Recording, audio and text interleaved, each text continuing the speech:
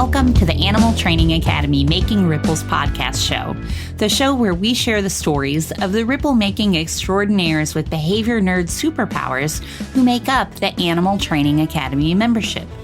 I'm your host and one of the happiness engineers at Animal Training Academy, Shelley Wood from Drop Your Jaws Dog Training in Cape Girardeau, Missouri in the United States. We're absolutely thrilled and grateful to have you here with us today. Make sure you go ahead and hit that subscribe button so that you don't miss a single episode. This show is brought to you on behalf of the Animal Training Academy membership. So if you like the conversations in these episodes, then we want to invite you to continue them with like-minded people in the ATA membership, which you can find out more about at www.atamember.com. Within the membership, you can get access to twice monthly live web classes, the back catalog of previous web class replays, plus a huge library of videos and projects to help you problem solve your training challenges. And we're a sociable bunch with an exclusive private Facebook group and forums area. It's like a Netflix social media platform for animal behavior geeks.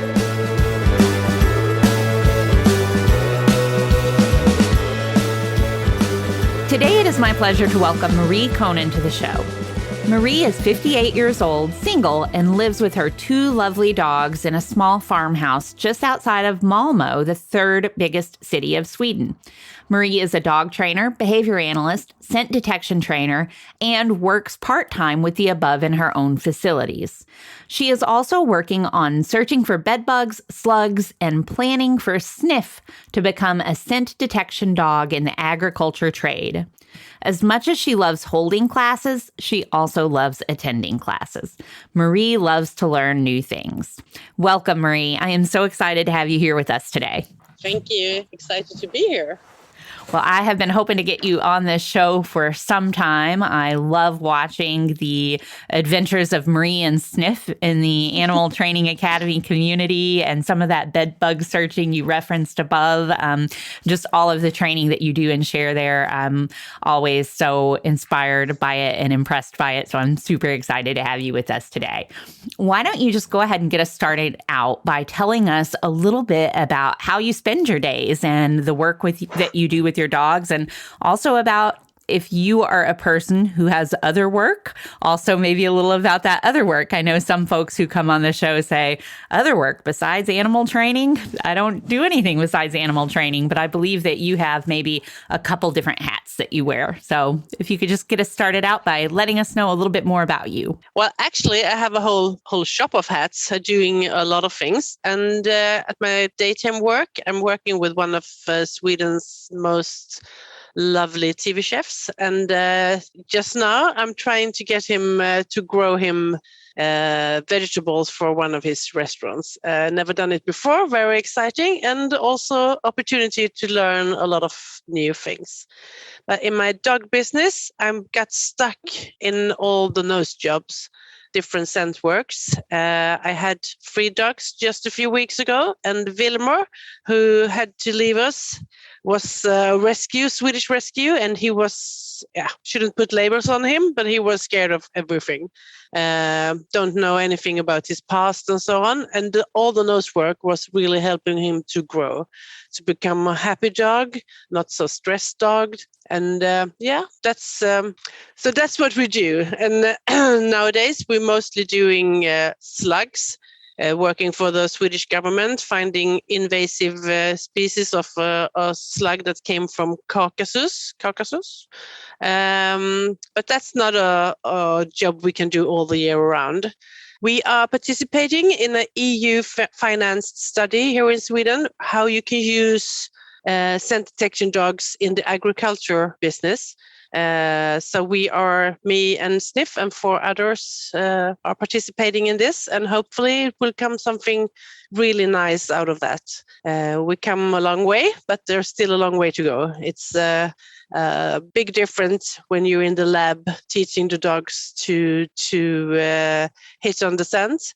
But when you're going out on the fields, it will be a very, very different job to do. Or in the seeds that are going to be grown on and in the fields, they are in a 900 liters containers, and then the dogs should be capable to find the weed. No, you say that? Yeah. Be able to find the weed in those containers. And we come so far, but then we have to see how the thing will go out in the fields. And besides of that, we do a lot of other things as well. I have classes where in my facilities, mostly Scentwork classes, but also sweet puppy classes. And I think it's good to hold puppy classes because then you don't need to buy a new dog. Then you have all the sweet puppies around you anyway. Our next project is, we're just in the beginning of it. It's to find, I don't even know what to call, bugs and fungus or so on apple trees in the south of Sweden. There are like 80% of Sweden's apple are growing in the south of Sweden. So together with I don't know what to call, agriculture university, we're going to have 5 dogs to try that out. It's very, very new thing in Sweden to use dogs like this. So I'm really happy to be a part of this. So a day in my life is a lot of dogs, a lot of training my own dogs and also train other people's dogs. Wonderful. It sounds like you have some very exciting days with your dogs, and also interesting your work with, I believe you said you are working with a chef on maybe it sounded like here in the States something that we might call kind of a farm to table project. Like, are you talking about potentially growing food and then using that food for sale in the restaurant? Is that right? Yes, it is. It's on a farming school. Could you say that? Yeah. And on that school, this guy Tarek, he helped them to open a chef school. And instead of getting paid for it, he wanted them to grow vegetables for him. But then, things hasn't going that way. So it's just been something they forgot about, or it's not being done. So he asked me if I could make that to my project to get it done. Wonderful. So will you be actually growing the vegetables, or will you be kind of coordinating the larger project and getting the other people to grow the vegetables?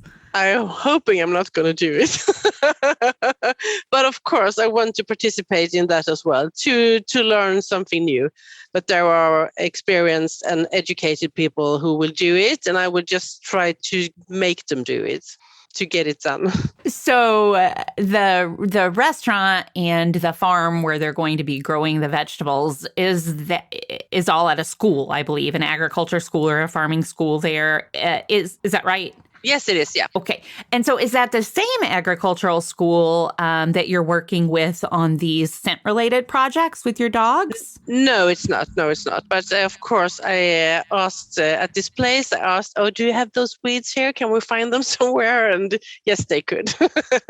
So it will be very useful for as a training site for the dogs. That's great. Yeah, it sounds like it will be a really nice resource for that training for the dogs. It will, yeah.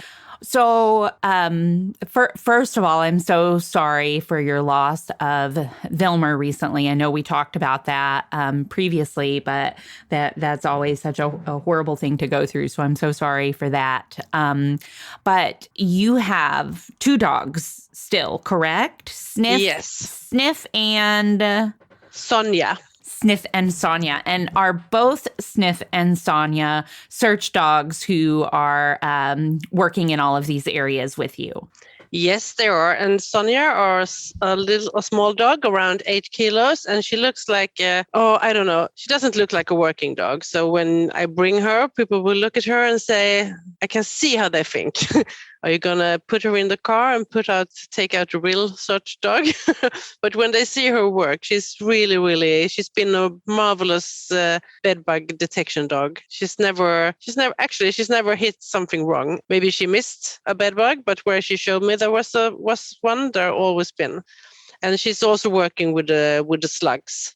Now she's 13 years of age and still very, very eager to work and to train. She loves to train. But I take it a little slower with her. So with the agriculture, I just have her as a, test dog to say. So she's not in the project, but she's still working with it on the side. And how did you get started working with the bedbugs in particular, the bedbugs and the slugs? Well, the Bedbugs, there was what do you call it? Audition. There was an audition at one of the dog schools here in Sweden. And I brought Wilmer, and they were going to do, I don't know what you call it's like a lab. It's like a search lab. And Wilmer was really confident in those labs because he's been working so much in it. So we went there, and he did a marvelous job. And we were accepted as one of the teams. Actually, he really didn't like it there. And I also think they knew a lot about Scentwork, but they didn't know a lot about dog training. Because being a reactive dog, there wasn't really space for him to be him. So when we were gonna take a license, I brought in Sonia. So she took the license. She's just been out in the car listening what to do. So Wilmer never got a license for searching bedbugs, but he was still working as a bedbug dog. And also the people we were working for, they got to know him and he got to know them. So he wasn't bothered with other people coming by. Because when you do a work like that, you have a house owner or a landlord or someone working in the building going with you. So he became a good search dog at the end, really. And slugs, there was one of my friend, Kristen. She said, what are we going to do? Do you think I have a lot of slugs in my garden? Do you think we can teach the dogs to find the eggs of them? Because if we go for the eggs, there won't be any slugs. And this was, I don't know, can't remember. It's what it's called in English, but it's called the Spanish slug, but it's not from Spain. It's actually from France. So we did that. We learned them how to find the eggs, and we signed up for another dog school up north in Sweden, where we went one weekend for a whole year. 1 week in a month for a whole year. And we got a little help to how to learn the dogs how to detect the eggs and also the snails. The eggs was easy to learn the dogs, but the snail is so repulsive. It doesn't have any enemies in Sweden. So that's why they're becoming so many. And but if you can motivate your dog, of course they can work on gross things as well. And then all of a sudden there was a new snail in Sweden, a slug called black-headed snail. And we said, let's do it before anyone else do it. So actually we got the job before we learned the dogs how to find it. But I'm thinking my experience is like if you have a dog that is well trained in searching from the beginning, like when you call it the ground level is done correctly, it's very easy to change the scent for them. My dogs are no more clever than other dogs, but for them it takes maybe 30 seconds to learn a new scent. But then of course there are works have to be done how the search pattern are. Like if we are searching for like snails now, and if we want to search something that maybe lives in a tree or something, we need to learn the dogs how to do that instead of searching just downwards. Are you with me? I am with you. It sounds like what you're saying is that if you have you said groundwork, I might also think of like foundation skills. Yeah, foundation. Thank you. Yeah. Or just even the basic kind of concept of searching and the foundations that you need from that you can build on that pretty easily. But there are certain considerations for different searches and different things you'll be doing that you'll have to take into account when you do build on it. Am I following? Yes. Great foundation. I didn't find that Swinglish word. And apart from it sounds like everything is. I'm not a farmer. I'm not. It sounds like everything is farm related or agriculture related. Sniff is also working as I don't know the English word for it. I call it the pet trailing dog. He finds lost pets and humans, and that's been a really good work for him. He really loves to do it, and He's really been really good at doing this, and it's fun as well.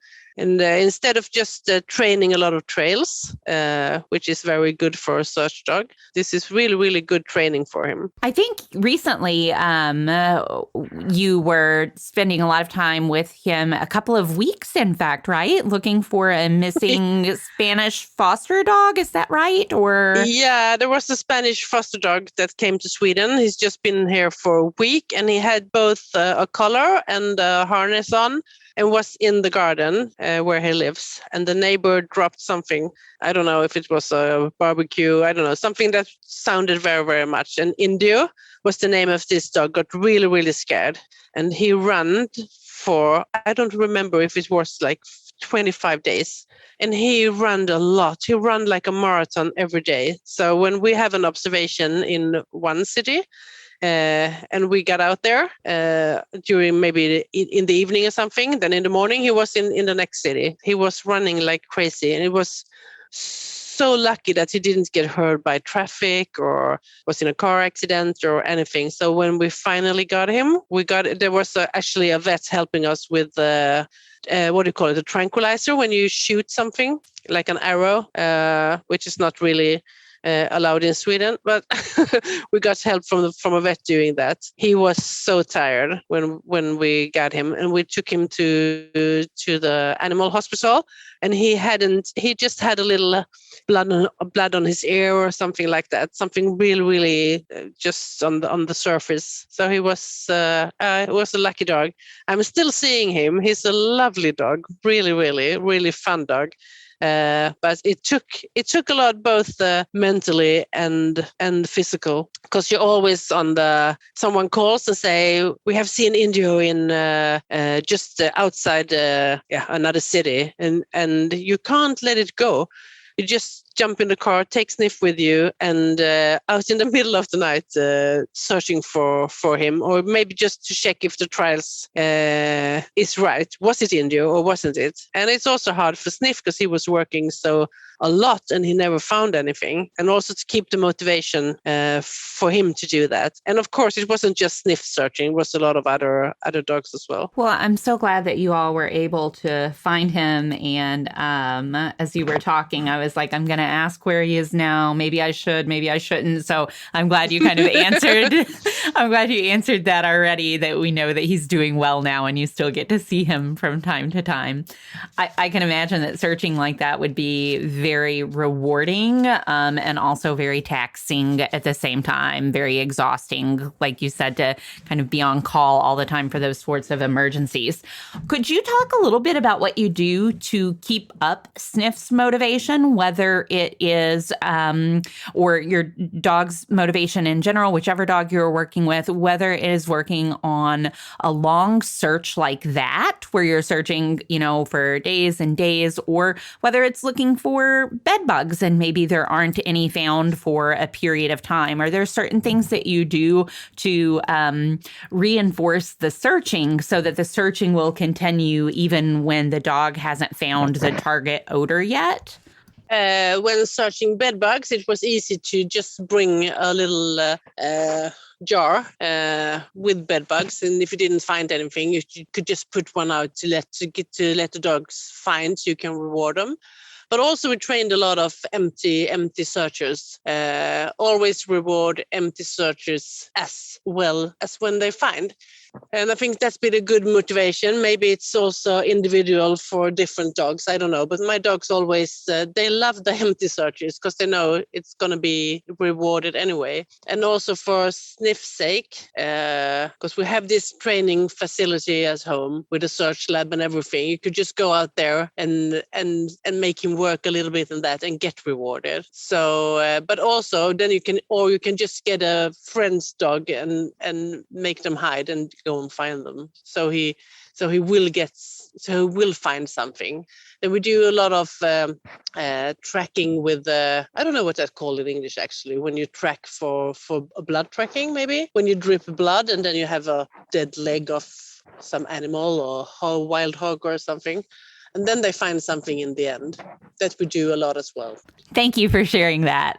Really interesting to think about different ways to keep the motivation going rather than just that end goal that you have in mind. So it makes sense that taking Bedbugs with you on the Bedbug searches would be one way to do that, but the other ideas are interesting as well. As far as the Bedbugs go, did you also get started in that? Like you talked about an audition, I think you called it. Was that also through the agricultural or farming school, or who kind of was looking for people to search for bed bugs? And is that a paying job when you take your dog out and go sniff with your dogs and landlords for bed bugs? It is a paid job, and being having this nice employer that I have, I could always leave work to go and find bed bugs because he knew I was going to do my work later on that day, or it would be done anyway. The audition was at a dog school. They took in about, I can't remember, maybe 6 or 7 dogs, and then you have to pay for your education. And then there came a man from Germany working at an airport, old policeman that checked our license, that we were doing everything okay. And so, yeah, it is a paid job. But nowadays, with the COVID and so, there is not as much people traveling, and not as much people staying at a hotel and so on. So it's not so much work for us in the bedbug trade anymore. And also Wilmer is gone and Sonia is 13. And Sniff did one bedbug job, which he did really, really well. But I don't want him to go on bedbugs. I want to be outdoors with him. Certainly the outdoor stuff sounds a lot more fun to me. And I would guess for most dogs, maybe not all, but I would guess for most dogs as well. So I'm glad you all have all these opportunities for these new agricultural searches and also the searching for missing dogs and people. How long have you been involved in scent work with dogs? Oh, I think it's from 2014 or 2016. It was actually Jessica Mann, who's also a member of ATA. I got in contact with her, got her recommended from someone, and me and Wilmer went to this she was in Malmö for a weekend, and we went for class with her for that weekend, and then we were just stuck. So it's actually thanks to her that we got stuck in the nose business job.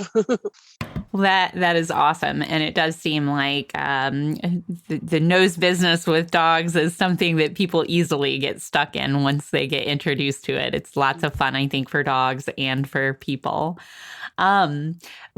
Could you now maybe tell us a little bit about, and it can be scent related or it can be puppy related or anything related at all, but could you share with us a little bit about a recent training related challenge that you've experienced and how you worked through it and maybe some lessons that you learned from working through it? Well, yeah, I'm thinking I could think of a lot, but recently it's been the way Sniff I had a sit and stare mark on him, which I trained on him in the beginning. I started with that almost directly as he came from Spain, because the schools I gone to before, they didn't work a lot on an indication, because they said, oh, the indication will appear by itself. Just learn the dog how to search and the indication will appear by itself. And it didn't. So when Sniff came, I thought I want him to have an indication to start with. So I had to sit and stare on him. But then Sorry, I'm just curious, was that sit and stare? Is that sit and stare at you or sit and stare at target odor? Target at the target. Don't look at me. Okay, thank you. I don't want him to look at me. Okay, thank you. And so I wanted to change it to a stand and stare, because I'm thinking when we're out looking for slugs, maybe it's not so nice for him to sit on the slugs. And also in the fields. Do you call it fields? For the farm work and so on, it could be easier for him. Not easier for him, but nicer for him to stand and stare. And I want him to stand and stare, not at me, at the object. And I also think it looks so cool. So actually, I'm working on it right now. And I took in a trainer and made him hold a class for 4 Tuesdays at my facilities. So we could participate in that. And I thought it was going to be hard. And it's been hard. I had to train a lot. But it also was what did you say? Another school that we've been going before. This is it's called SWDI. It's Scandinavian Working Dog Institute. I have a trainer from them that I invited over. So, and it's been so much fun learning it from another side.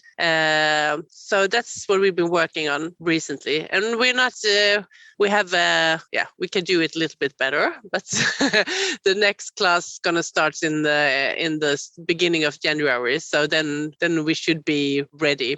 Otherwise, maybe we won't be able to participate in the next class. So if I understand correctly, you wanted to change that sit and stare at the target odor behavior to stand and stare at it for the indication, right? Yeah. Did you, how did you start that shift? Did you change the odor? Or did you use the same odor that you had been using for the sit and stare when you started working toward the stand and stare? And just what were some of the first things that you did to get the stand instead of the sit? Actually, it was just when you train indication like the SWDI way, you train with candy to start with. So you just make small movements with your hand and make the dog stop. And when they take away their nose, you feed them. Oh, it's really hard to explain like this. But I did it exactly the same as the sit and stare, and like the stand and stare. I just hold the hand in a different height. The sit and stare, you hold the hand above the nose, and stand and stare, you hold it nose height. Okay, very good. And that was working pretty well for Sniff? Yeah. Yeah. So has he started using that indication behavior when he's actually searching? Are you guys to that point yet, or not quite to that point? We are not at that point yet, but he started to offer that indication on, I have this search wheel, and there he does. It's really, really nice. Yeah, I think I've seen your search wheel in the ATA community. I think you've maybe shared some photos of that, and definitely of some, if not that, definitely of some other setups that you have for Scentwork that are just amazing. Could you maybe kind of explain that search wheel and what that looks like? Did you make that yourself too? I wish I made it myself, but no, I bought it really expensive. Actually, in the first time we tried it was on this agriculture study, which Elin Karlsson, who's also a member here in ATA, is responsible for. They had one of those search wheels, and I just loved it because I thought it was so great. It's never ending. You can just spin it. I thought it was really, really great.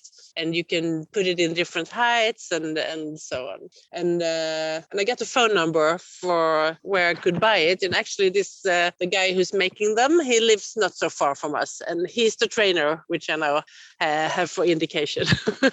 So I got a really good friend from buying this scent wheel. But on my scent wheel, there are 12 arms coming out. Like a little cup or? Yeah, a little cup. Yeah, okay. A little metal cup where you can put scent in and distractions. Well, that sounds super cool. Does your friend ship those internationally? Yeah, he does. Oh, really? Oh, no.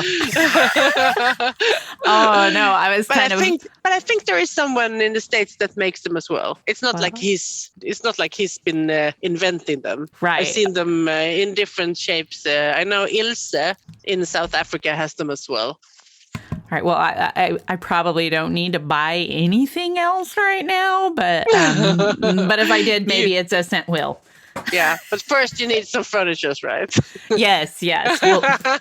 We'll not share about that, Marie. This is about you, not me. No.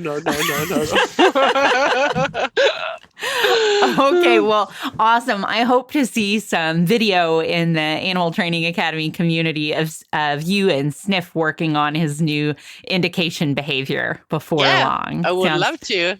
Sounds like fun. Could you share with us also a story about a training situation or a behavior you have trained or a training situation that you've been involved in that you're proud of or that was reinforcing to you? Could be one or both, proud and reinforcing. Oh, that's a hard question. But I think the most rewarding things for me in the dog trade is actually when you help someone else. When you maybe if you have some owner that contacts you with some behavioral problems and you can help them, and when they just get it and they can see it's not very, very hard. They just need maybe to change some things in the daily life, and that will help the dog very much. I think that's the most rewarding, actually, helping others. I think that's very rewarding as well to be able to help others. Can you think of, and I also think it's really cool and something that I've been thinking about a lot lately, like as a trainer, as trainers, I think a lot of times we like to train things. So we like to come in and like train something maybe really fancy or train something like to a really high level of fluency to help out with a problem behavior. But sometimes it seems like for folks who we are working with that maybe there are small tweaks that we can make in their lives that can have big impacts, and that maybe everybody else, crazy as it sounds, doesn't want to be a trainer. So sometimes having those small tweaks that make big impacts, I think, can be really cool. And I think that's something that you just kind of mentioned when you said going in to help somebody else and maybe showing them a little something that can really help them have a big change. Can you think of any examples of that? Well, it could just be like walking your dog. If you have a dog that pulls and you just help them a little bit. And when the dog's not pulling anymore, you can see how relieved they are. And they're saying it was much easier than I thought it was going to be. I never thought we were going to get him to walk like that. Or it could be a lot of stuff. But a lot of people is because they let their dog pull, and then all of a sudden they don't want it to pull anymore. And it just gets a conflict with the dog.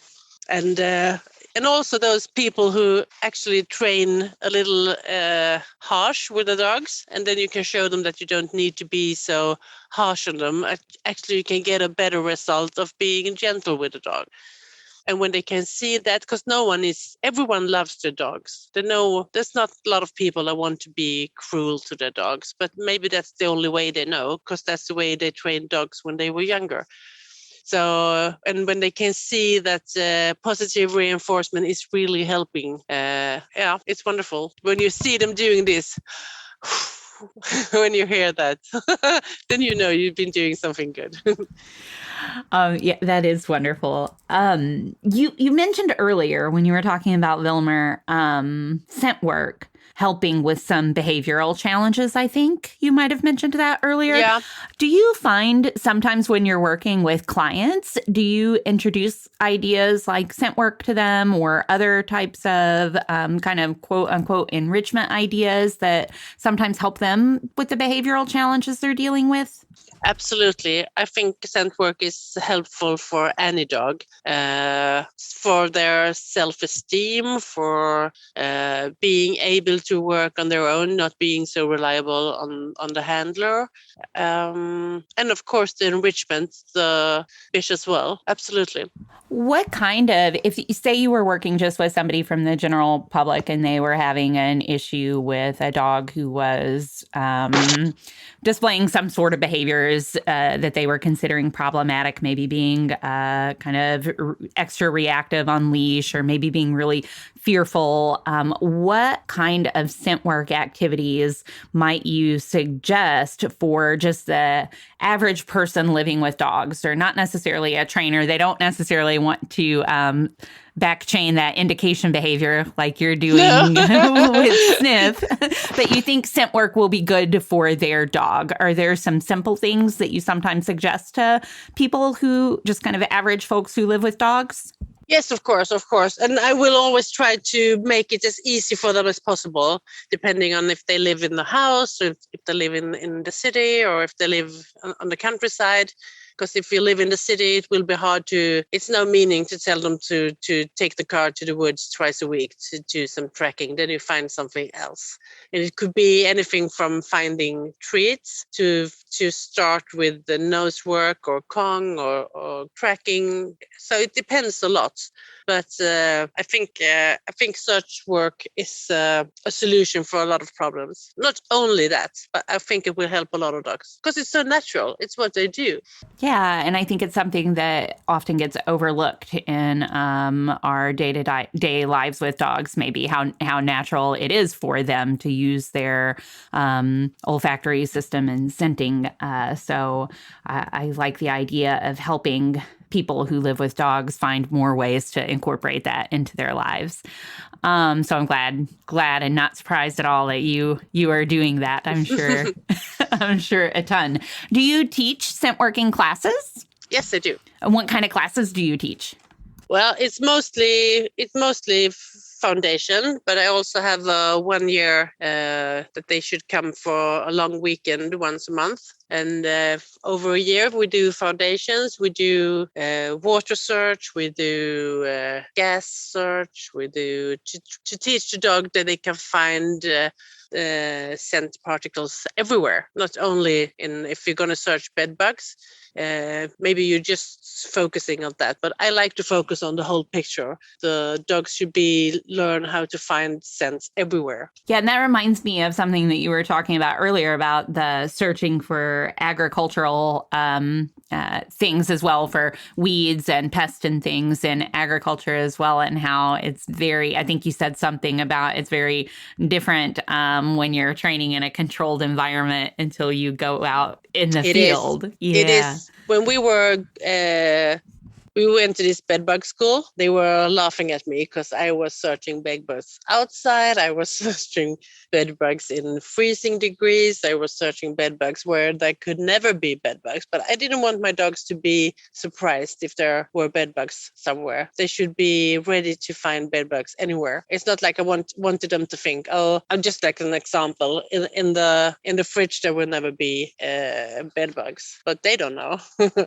I want them to search the fridge as well, or I want them to search the bathroom as well. I want them to search outdoors as well, because then they will never be surprised if they find a bed bug somewhere. Very cool. Lots of work thinking of all of those different conditions that we might be asking our dogs to search for things in. So really interesting. But it's a little bit like if you ask your dog to sit, or if you have a client, you say, "Can your dog sit?" and they say yes, and then you say, "Well, can your dog sit if you are standing a meter away? Can your dog sit if you are standing on the other side of the door?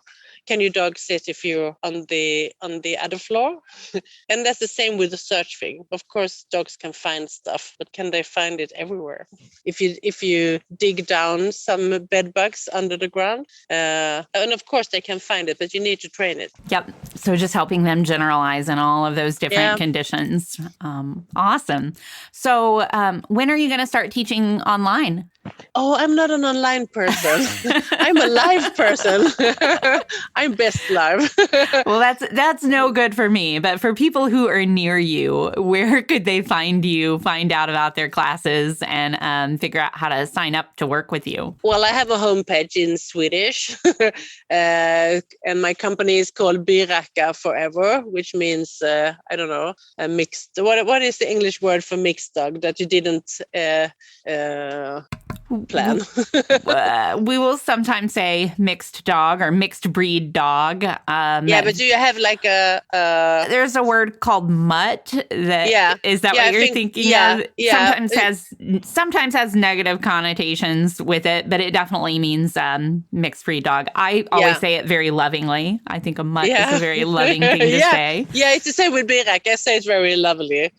And also before I got Sniff, I actually was looking to buy a puppy, and I was looking for a field cocker or a field Labrador or something. And then I said, no, I need a Byracka. I need a match, because otherwise I have to change all my hashtags on Instagram. So I got Sniff instead. All right. Well, I cannot begin to repeat the link that you said where folks can find you, but we will link to that in the show notes after this.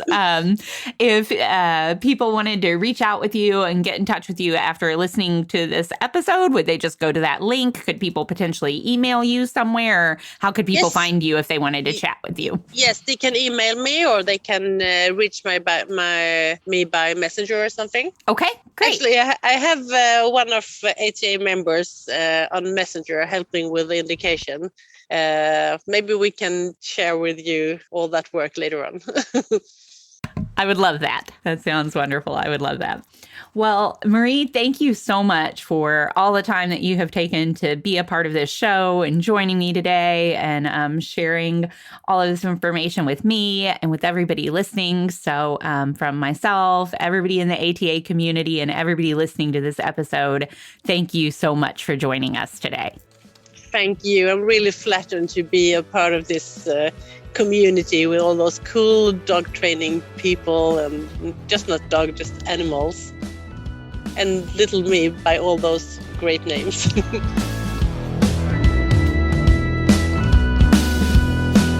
We do, of course, appreciate all of you tuning in as well.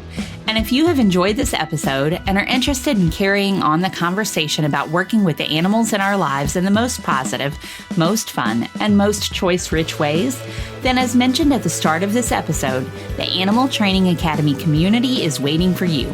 Head on over to www.atamember.com and click on the membership button in the main menu to learn more about what members are describing as the Netflix social media platform for behavior geeks.